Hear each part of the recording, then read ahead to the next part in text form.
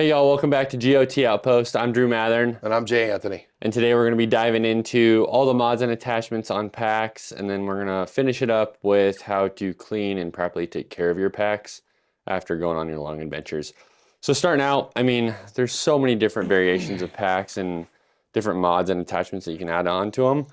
But I will say there's a lot of packs that don't have really much availability to actually add things. Yeah. Like this pack, for example, I really added as much as I possibly could to it. It's not very customizable, but so like this, I added a little pouch on my hip belt just for easy accessibility.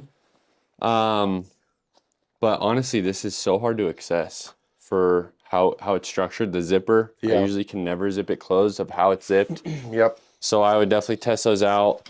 Another good one, because I do a lot of backcountry, is I have a handgun attachment on here. One thing to look for is the mole system on the hip belt that actually allows universal accessibility and attachments. Because a lot of times they don't. Yeah, I mean, you're only limited to that, little 6-8 inch space on your waist belt. But if it doesn't have the strap to do it, then you're kind of SOL. Yeah, absolutely. And like this, I mean, the only other attachment I really am able to do on this is I have a spider on here. And this is just a bow attachment, so I can hook my bow onto it and let it hang down. But other than that, I mean, there's not many attachments I can add onto this pack. Right. Yeah, this one here, this is a little bit different system. We went over this one earlier in the series. This is my initial ascent. This got the water bottle holder. This has the meat pannier, which I can carry, my meat, and an accessory pouch, where Drew's Mystery Ranch is kind of built in meat shelf in that one, right? I do have I use this one for my headlamp or, chapstick or whatever. Anything that you need quick. One thing they did do nice with this one is they made it kind of a rigid bag. So the problem that I've always had with these flimsy ones is that you're right, you can't open them one-handed, where this one, you can open it one-handed either way. Which is super nice, because you don't realize how annoying that is. Oh, and you're like trying to hold it with one finger and, you're trying to unzip it. You're getting all contorted, trying to lean over and... Yep, and the bag itself has some strapping here that you can hook things to, and then it also is an accessory. You can buy what they call the cub. This is another just another exterior pouch that you can just dump off if you don't want to carry it around and have an extra. I think it's 200-300 cubic inches of space. So another really good pack. So that obviously has quite a few accessories that you can add into it. Yep. Another really good one that has a lot of accessories is Cafaro. Cafaro has a ton of accessories. Yeah. But when you consider that, right, you also have to consider every accessory add-on is going to add on weight. Yeah, the physical bag that you attach it to, like this bag actually weighs something. So if you do 3 or 4 or 5 bags in various forms, I mean, you're adding some serious weight. So that's something that definitely needs to be heavily considered. So there definitely can be overkill on how many attachments you add. Yeah. Because in return, it's going to, it may be convenient, but like anything, right, that we talk about, you have to figure out where you're going to sacrifice something. Yeah, I mean, if you're that type person that needs everything compartmentalized and you need to have a space for everything, those systems work really well. I personally don't like to run that. I'd rather have this is a bigger bag and then just the main bag. That's it. Yep. I don't like to have.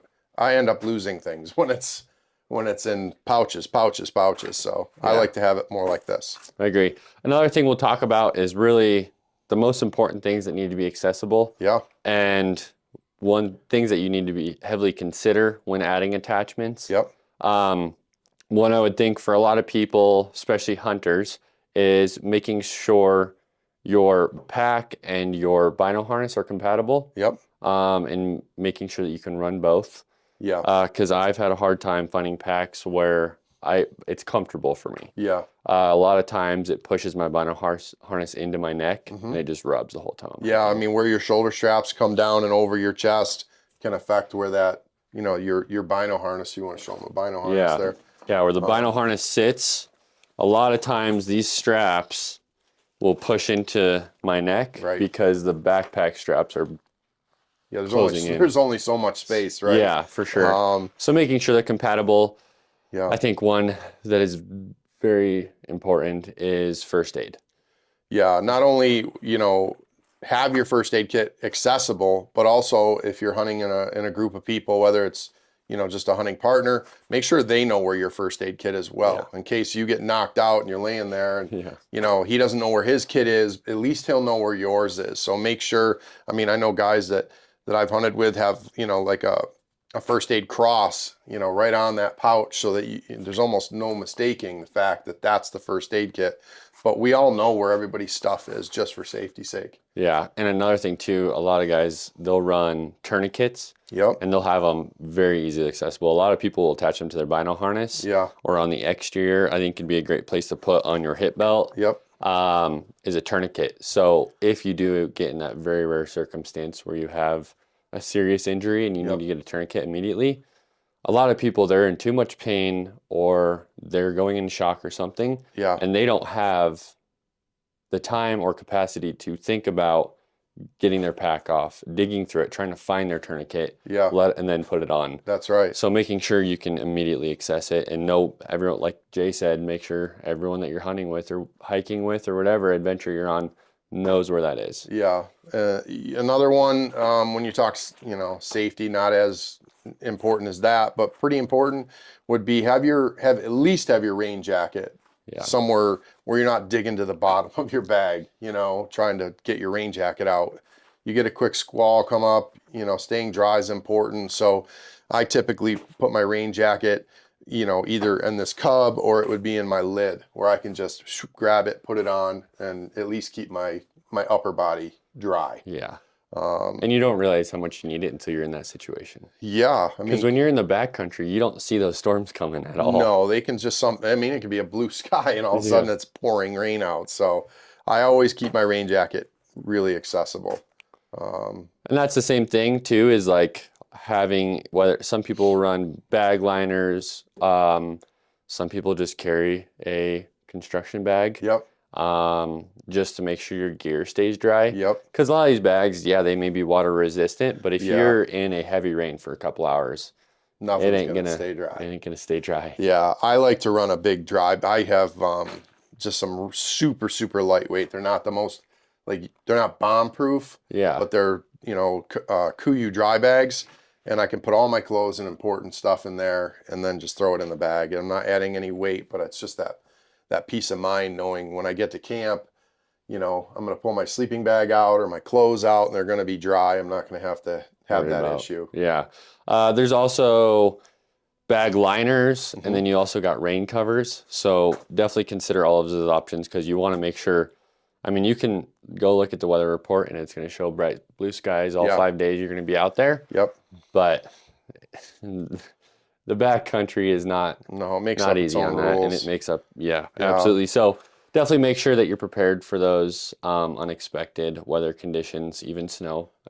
We've had many of snowstorms when we weren't expecting it. And those, that Drew brought up a good point with the rain covers for your bag. It's just a super small, it probably is like 4 eggs size. And you just pull it out and it just kind of attaches over the top of your bag. You don't necessarily have to have an initial ascent rain pack or a mystery ranch. I think I still run my Kuyu one and I've used it for 3 different type packs. So it's just to keep the elements off your bag. It's not weather tight, but it does do a good job keeping the majority of it off. Absolutely. So that goes over, I think, majority. Biggest things to look for attachments is a lot of packs, they'll have customizable attachments for that specific pack. But a great option is if they have mole systems on the pack. It's pretty universal and you can run a lot of different options on that. Yeah. But like we said, definitely consider whether it is necessary or not, or whether it's overkill, because you don't want to add any more weight than you have to. All right, so now finishing out this episode, we're going to go into cleaning and maintenance of packs. Yeah, something neither one of us are really good at, to be quite honest. If your pack gets some dirt from just setting it down, which, you got to set it somewhere and it gets dirty, you can either just brush it off. If it's soiled a little bit more than that, wet it down, little scrub brush, rinse it. Yeah.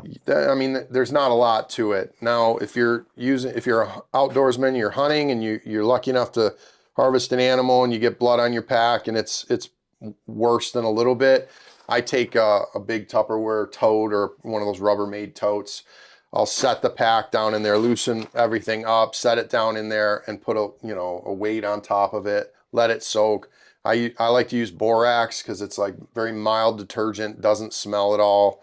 And then I'll let it soak, and then I'll just scrub the parts that need to be scrubbed. Take it out, rinse it real good, and just let it sun dry. Yeah, that's all I do. And what I've done in the past is, I mean, I'll just take out the bag, try and take out all the pieces to it. And then I will just hose it down with water. Yep. And scrub it with a brush. Perfect. And then usually just let it sit in the sun and dry out, and it's usually fine. Yeah. You definitely want to if it's bloody, you want to make sure that you get it as clean as you can, because that blood will break down the fibers and the stitching, and it'll deteriorate your pack quicker than it would normally. Yeah. Another thing too that a lot of people may not consider is if you do get in moist conditions, if you're in humid conditions, when you get back, make sure you dry out your pack. Because that moisture will cause molding, it'll make it stink, and then it can also in return break down the material as well. If humidity and moisture is staying in the material for a long duration of time. Yeah, I mean, it's kind of like putting a wet tent away in its bag and not taking it out and letting it dry. It'll just get yucky. So that's a good point. Well, I mean, maintenance is pretty straightforward with the pack. It's not too complex. Yeah. Obviously, read the instructions for each pack, because some may have specific requirements on how that pack needs to be cleaned. Yeah. For the most part, just it's all based off the material. But other than that, I mean, it's pretty straightforward, pretty simple. Most of the time, your packs are not getting too dirty. No. So. The hunting end of it can get pretty gnarly, but as far as normal day-to-day backpacking and, week-long backpacking trips, it's just dirt. Yeah. Another thing too, make sure you don't leave it, like if you have a sunroom and stuff, try to not leave it in the sun, because it'll definitely break down the straps and these will become pretty brittle and potentially rip. Yeah. But on that, it's pretty straightforward. So please follow us along in this journey. Like and subscribe, and let us know if you guys have any questions. We'll see you next time. All right, see ya.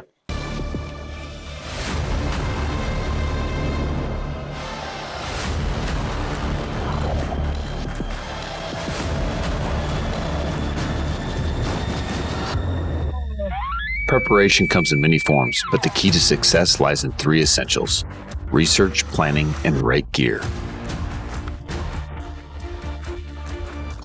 Start to finish, Ruckless gives you the tools to tackle any challenge.